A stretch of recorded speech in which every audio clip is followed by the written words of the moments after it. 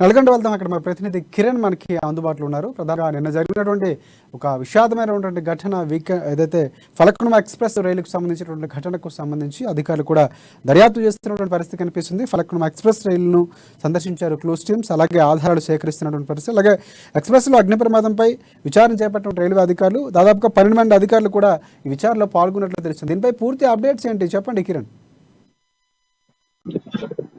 రాజశేఖర్, నిన్న ఏదైతే బీబీ నగర్ విడిమర్రి మరియు అదేవిధంగా బొమ్మాయిపల్లి మధ్య జరిగినటువంటి యొక్క రైలు ప్రమాదంలో ఈ రోజు రైల్వే శాఖ అధికారులు అయితే లోతుగా విచారణ చేపట్టడం జరిగింది.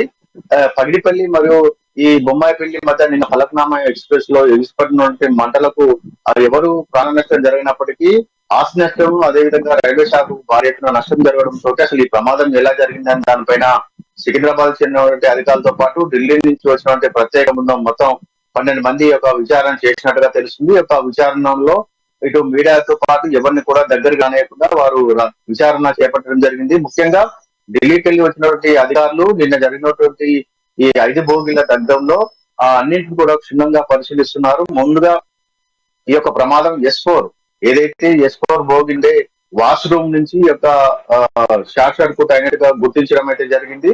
దాని ద్వారానే S5, S6, S7 ఈ మొత్తం 4 నుంచి 5 బోగీలు పూర్తిగా దగ్ధం కావడం జరిగినట్టుగా వారైతే గుర్తించారు. నిన్న కొంతమంది ఎవరైతే రైల్లో దూర ప్రాంతాల నుంచి ప్రయాణించిన కొంతమంది సిగరెట్ తాగడం, అక్కడ పడేయడం వల్లే జరిగిందన్న దానిపైన కూడా వాళ్ళు విచారణ చేపట్టినప్పటికీ దానిపైన పూర్తిగా నమ్మకం కుదరడం లేదు వాళ్ళకు. ఇది షార్ట్ సర్క్యూట్ వల్లనే అయినట్టుగానే ఒక అంచనాకు వచ్చినట్టుగా తెలుస్తుంది. మొత్తానికి ఈ యొక్క ప్రమాదంలో ఎవరికి కూడా ఎలాంటి ప్రాణ నష్టం జరిగినప్పటికీ రైల్వే శాఖకు మాత్రం తీరాని నష్టం జరిగిందని చెప్పవచ్చు. మొత్తానికి ఢిల్లీ నుంచి అదేవిధంగా సికింద్రాబాద్ నుంచి వచ్చినటువంటి రైల్వే అధికారులు ఈ ప్రమాదం పైన పూర్తి స్థాయి విచారణ జరిపిన తర్వాతే ప్రమాదం ఎలా జరిగిందన్న దానిపైన వివరించే అవకాశాలు అయితే ఉన్నాయి. ఎవరిని కూడా దగ్గర రానియకుండా వాళ్ళైతే సీరియస్ గానే యొక్క ప్రమాదాన్ని గుర్తిస్తున్నారు. మొత్తం ఏదైతే నిన్న 5 బోగీలు ఏదైతే తగలబడ్డాయో ఆ బోగీలన్నింటినీ కూడా భువనగిరి రైల్వే స్టేషన్ తరలించడం జరిగింది. అక్కడ అధికారులందరూ కూడా వాటిని పరిశీలించడం జరుగుతుంది. మొత్తానికి ఈ యొక్క రైలు అగ్ని ప్రమాదం పైన అయితే అధికారులు అయితే తీవ్ర క్షుణ్ణంగానే పరిశీలించి పూర్తి వివరాలు తెలిసిన తర్వాతనే అటు రైల్వే అధికారులకు, పై స్థాయి అధికారులకు వాళ్ళు ప్రమాదంపై విన్నపించే అవకాశం ఉంది. దాని తర్వాతనే ప్రమాదం పైన వాళ్ళు పూర్తిగా మాట్లాడే అవకాశం కూడా ఉన్నది. రాజశేఖర్, ఇంకోటి ప్రధానంగా నిన్న వచ్చినటువంటి లేఖ, అంటే ప్రమాదానికి 3 రోజుల ముందు విడుదలైనటువంటి ఒక లేఖ కూడా ఎవరైతే పంపించారో తెలియదు, కానీ ఢిల్లీ నుంచి హైదరాబాద్ రూట్లో ఖచ్చితంగా ఒక ప్రమాదం, వరుస ఘటన లాంటిది ఒక ఘటన జరగబోతుందంటూ కూడా ఒక భయంకరమైనటువంటి భయాందోళన కలిగించే ఒక లేఖ వచ్చింది. ఆ కోణంలో కూడా దర్యాప్తు చేస్తున్నారు.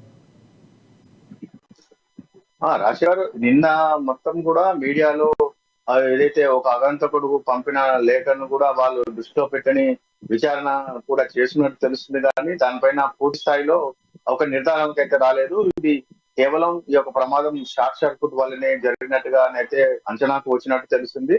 అసలు ఎలా జరిగింది, ఎవరి ప్రమాదం ఎవరి వల్ల జరిగింది అనే దానిపైన వస్తున్నారు. ఇది రైల్లో ఉన్నటువంటి సాంకేతిక లోపం కారణంగా జరిగిందా, లేకపోతే ఏ విధంగా జరిగింది అన్న పైన వాళ్ళు పూర్తి స్థాయిలో క్షుణ్ణంగా పరిశీలించిన తర్వాతనే వివరాలు వెల్లడించే అవకాశాలు అయితే మొత్తం కనిపిస్తున్నాయి. ఇటు మీడియా కానీ అటు ఎవరిని కూడా దగ్గర లేకుండా వారు క్షుణ్ణంగా విచారణ అయితే చేపట్టడం జరిగింది. ఈ యొక్క విచారణలో నిజ నిజాలు తెలుసుకొని పూర్తి స్థాయిలో అక్కడ ఏదైతే వాళ్ళకి ఆధారాలు లభ్యమవుతాయో ఆధారాల ఆధారంగానే ఇటు మీడియాకు కానీ అటు పై అధికారులు కానీ వాళ్ళకి చెప్పే అవకాశం ఉంది. అయితే ఈ ప్రమాదంలో ఎంత ప్రాణ నష్టం జరగడానికి పూర్తి స్థాయిలో 5 బోగీలు జరగడం వల్ల, అదే విధంగా ఏదైతే ప్రయాణికులు నిన్న రైల్లో ప్రయాణిస్తున్నారో వారు దాదాపు చాలా మంది మా యొక్క ప్రాణాలను కాపాడుకునేందుకు రైలు దిగడం జరిగింది. వారి యొక్క బ్యాగులను, వారి యొక్క డబ్బుతో పాటు బంగారు వస్తువులను కూడా అందులోనే వేసి కిందికి దిగడం జరిగింది. వాటిపైన కూడా వివరాలు సేకరిస్తూ ఎవరైతే ప్రయాణికున్నారో వారి యొక్క ప్రయాణికులతో పాటు వారు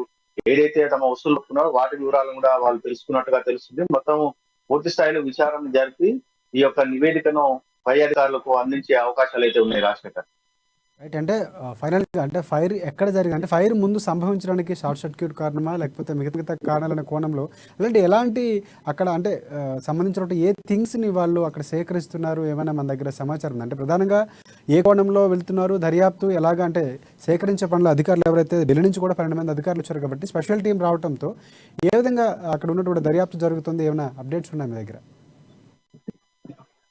అయితే ఢిల్లీతో పాటు సికింద్రాబాద్ కి వచ్చినటువంటి రైల్వే అధికారులు ముందుగా ఏదైతే ప్రమాదం అసలు ఎలా జరిగింది అనే దానిపైన మొదటగా వాళ్ళ విచారణ ప్రారంభించడం జరిగింది. అయితే వారి విచారణలో S4 బోగీలో వాష్రూమ్ ఏదైతే ఆ ప్రయాణికులు ఉపయోగించే వాష్రూమ్ వద్దనే ఈ యొక్క షార్ట్ సర్క్యూట్ అయినట్టుగా తెలుస్తుంది. కొంతమంది ప్రయాణికులు కూడా వాష్రూమ్ దగ్గర నిన్న మనం అనుకున్నట్టుగా సిగరెట్ తాగి అక్కడ వదిలేశారన్న కారణంతో వాళ్ళు ఆ విధంగా కూడా విచారణ అయితే చేపట్టారు. కాకపోతే ఈ యొక్క S4 ఏదైతే వాష్రూమ్ ఉందో అక్కడనే మొదటగా షార్ట్ సర్క్యూట్ చెలరేగి అక్కడి నుంచి మంటలు ఆ మిగతా బోగిలకు అంటుకున్నట్టుగా వాళ్ళైతే ఒక ప్రాథమిక నిర్ధారణకు వచ్చారు. S4 తో పాటు S5, S6, S7 తో పాటు మరొక బోగి కూడా ఈ యొక్క విద్యుత్ షార్ట్ సర్క్యూట్ తో పూర్తిగా దగ్ధమైంది. ఈ యొక్క S4 ద్వారానే మిగతా బోగిలకు మంటలు వ్యాపించి ఆ బోగిలు కూడా పూర్తిగా అగ్నికి ఆగుతాయని అయితే రైల్వే అధికారులు అయితే ఒక అంచనాకు వచ్చారు.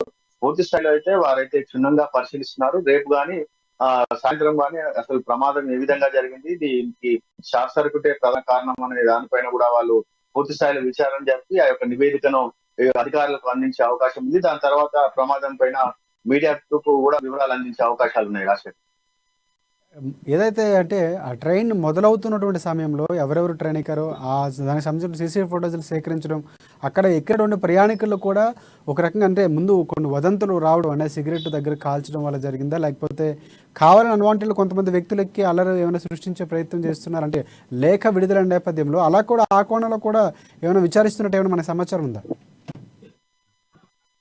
అయితే ఒక అగంతకుడు గత 3 రోజుల క్రితం ఏదైతే సికింద్రాబాద్ నుండి ఢిల్లీ వెళ్లే మార్గంలో ఒరిస్సాలో జరిగినటువంటి ఆ బాల్సూర్ లో జరిగినటువంటి ప్రమాదం లాగానే మరోమారు జరుగుతుందని హెచ్చరించిన నేపథ్యంలో ఆ స్థాయిలో కూడా వాళ్ళైతే విచారణ మొదలుపెట్టినట్టుగా తెలుస్తుంది. కానీ ఈ నిన్న జరిగినటువంటి ప్రమాదంలో ఈ అలాంటి అయితే కారణాలు అయితే వాళ్ళకి ఏం కనిపించడం లేదు. అక్కడ కేవలం విద్యుత్ షార్ట్ సర్క్యూట్ గానే ఈ యొక్క ప్రమాదం జరిగినట్టుగా అయితే వాళ్ళకు ప్రాథమిక అంచనాకు వచ్చారు. అదే విధంగా ఏదైతే ఇది బెంగాల్ నుండి సికింద్రాబాద్ వరకు ఏదైతే ఈ రైలు ప్రయాణం కొనసాగిస్తుందో దాదాపు వేలాది మంది యొక్క స్టేషన్లలో దిగుతూ మరియు ప్రయాణం సాగించే వాళ్ళు ఉంటారు. వారందరి యొక్క ప్రయాణికుల వివరాలు పూర్తి స్థాయిలో లేనప్పటికీ మొదటి ప్రయాణం నుండి చివరి ప్రయాణం వరకు టికెట్ తీసుకున్న వారి యొక్క వివరాలు అయితే వారైతే సేకరించినట్టుగా తెలుస్తుంది. వారి యొక్క వివరాల ప్రకారము వారిని కూడా విచారించే అవకాశాలు కూడా లేకపోలేదు. ఎందుకంటే కొంతమంది సిగరెట్ తాగి అక్కడ జరిగిన ప్రమాదం అని కొంతమంది చెప్తున్నాము. అదే విధంగా ఒక అగంతకుడు ఒరిస్సా సంఘటన లాగే రైల్లో మరోసారి అదే విధమైన సంఘటన చోటు చేసుకుంటుందని హెచ్చరికలు చేసిన నేపథ్యంలో వారు ఎవరైతే రిజర్వేషన్ చేసుకున్నారో ఆ యొక్క రిజర్వేషన్ ప్రకారము ఆ యొక్క ప్రయాణికుల వివరాలు కూడా తెలుసుకొని అవసరమైతే వారిని కూడా విచారించే అవకాశాలు కూడా లేకపోలేదు.